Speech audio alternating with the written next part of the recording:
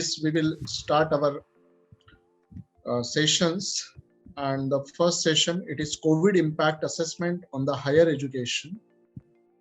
That is going to be conducted by Vice-Chancellor, Professor Dr. Sayalee Gankar. I request Vice-Chancellor, Professor Dr. Sayalee Gankar to take a session ahead.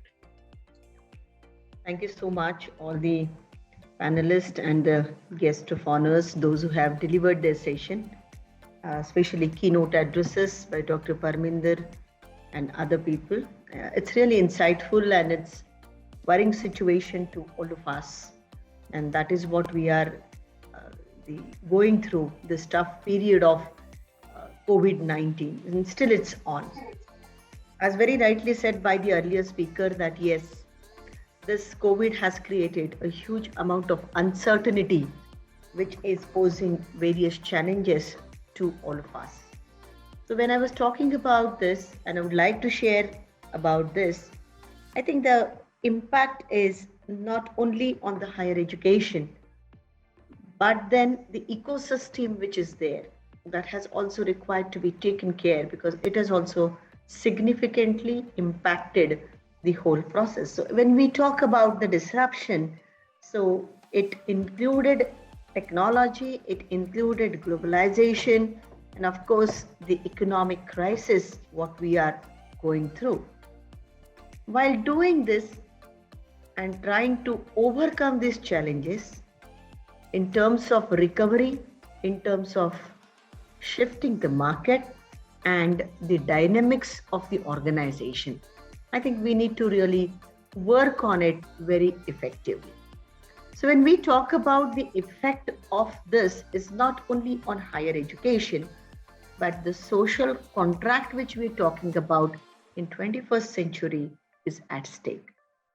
At the same time, very well said by the speaker that yes, higher education institutions in India have shown that flexibility, adjustability to cope up with the challenges which are posed by COVID-19. However, still if we look at it, that any economic, the economy of a country focuses on three important areas. That is one, science and technology. Then we talk about innovation and productivity growth. So if we would like to contribute in these areas, then in that case, our students, our teachers are required to be geared up to work in this kind of situation. When we're talking about this, we have to also take a note that it's not only education system will come in, play a role, but the policymakers, business leaders, and individuals, they need to think about it. They need to focus on these fronts. The first, how we can really take care of sustaining and expanding the gains which are achieved through the economic and productivity. So this is one part which we have to think about it. Business dynamics, investment in the technology, economies, innovation is required to be taken care. So that it will definitely give us the focus on job growth and opportunity creation. So I'm talking about a complete environment in which educational institutions are working in, and these are governed by or supported by policymakers and business leaders. Second thing which is very important, that we need to understand that there are various enormous amount of challenges which are being faced by the individuals, and those are required to be taken care. So how are we going to do that? That we need to really focus on. Then we can talk about having the growth and prosperity in this country. Now, when we come to the higher education, that what challenges we started facing, what are the challenges post-COVID or maybe throughout, for which we have to really gear up our own strategies and plan. When we talk about COVID and its impact on, especially on our higher education, I think let's go back to these, take a review of our all situation through which we have gone, right from admission to the program structure, then your examination, and then the placement, if I look at it. Now, when we talk about outcome-based education, when we talk about preparing students or creating employability, right, for them has become a major challenge. The reason is when they come in class, they learn many things. And from last 2 years, if we look at it, that we are not able to bring them or give them that learning environment which engages them fruitfully to learn certain things. Now, what certain areas which we are focusing on? So if we look at it, the job skills which are being expected by tomorrow's industries and today's industry, in terms of changing technology, I think the skill sets are totally different and requires hands-on experiences.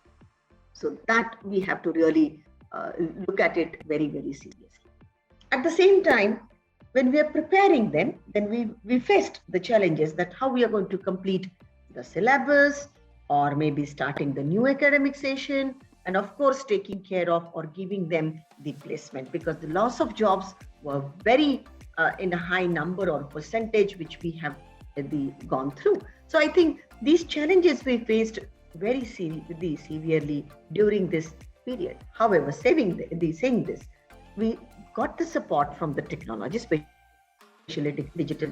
The earlier speaker has given a very good understanding that yes, we got the people, we received the many resources through which we tried to give the best education, best information to the student, right? That is definitely a plus point, which we can say that because we moved very easily or very comfortably on digital platform. I'm talking about A-class institutions and B-class institutions. But the student, those who are from rural areas, those who do not have the infrastructure or the resources available, they have the different challenges. So how higher education system can really bring these issues on table and can give us a good suggestion so that learning can be good for the students and of course for the faculty. Because as I've said, that the role of student, especially the faculty, is very important for engaging and making them learn various areas. And that too, I'm talking about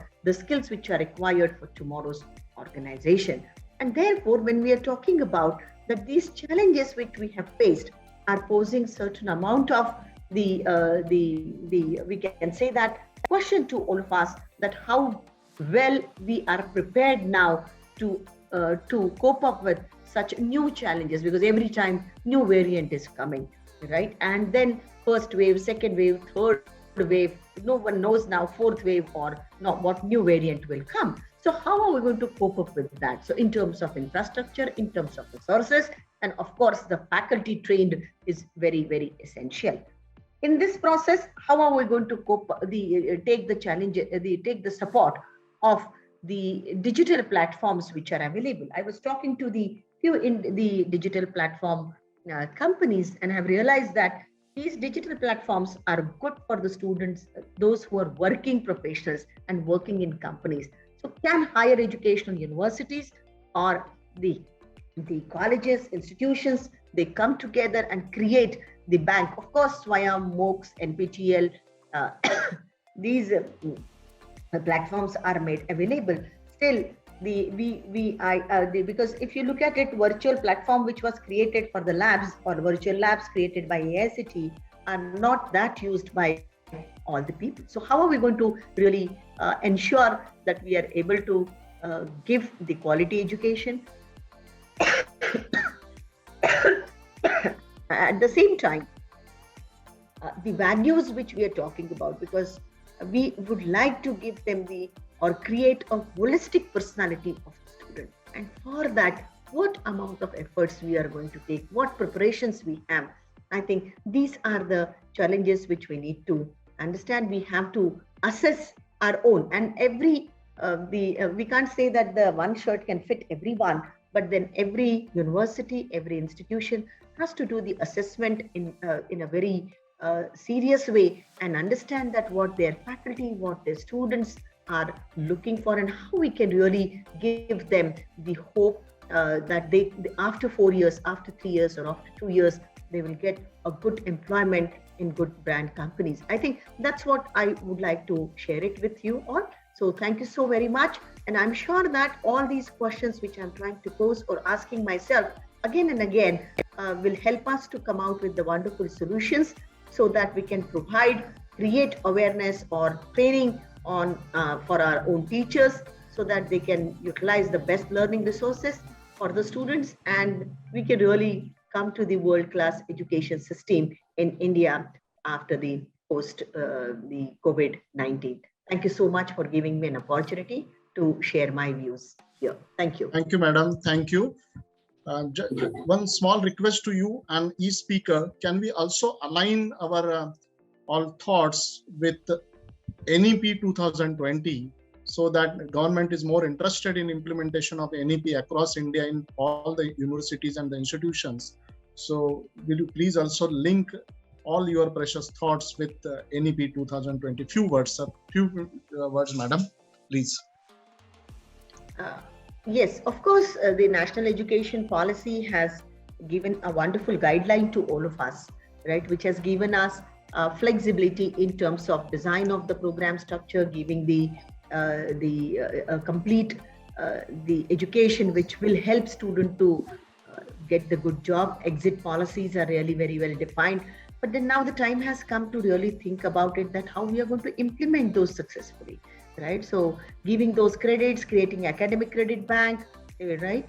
Then having that the system in the organization and opportunities are required to be created for the student so that they can explore this the national education policy agenda or the objective which are being set very effectively. So in terms of all we talk about always STEAM, that is science, technology, and all those education, what we talk about, even arts also, we are saying that how are we going to really merge those very effectively and give and offer that through our universities? Can different universities come together? Can they have the collaboration to have those credit transfer policies together? And then they can really give the best education to our students. I think national education policy has opened the doors to all of us for all different experiments, and that can help the universities, faculty members, and students large. So thank you so much. Thank you, madam. Thank you so much.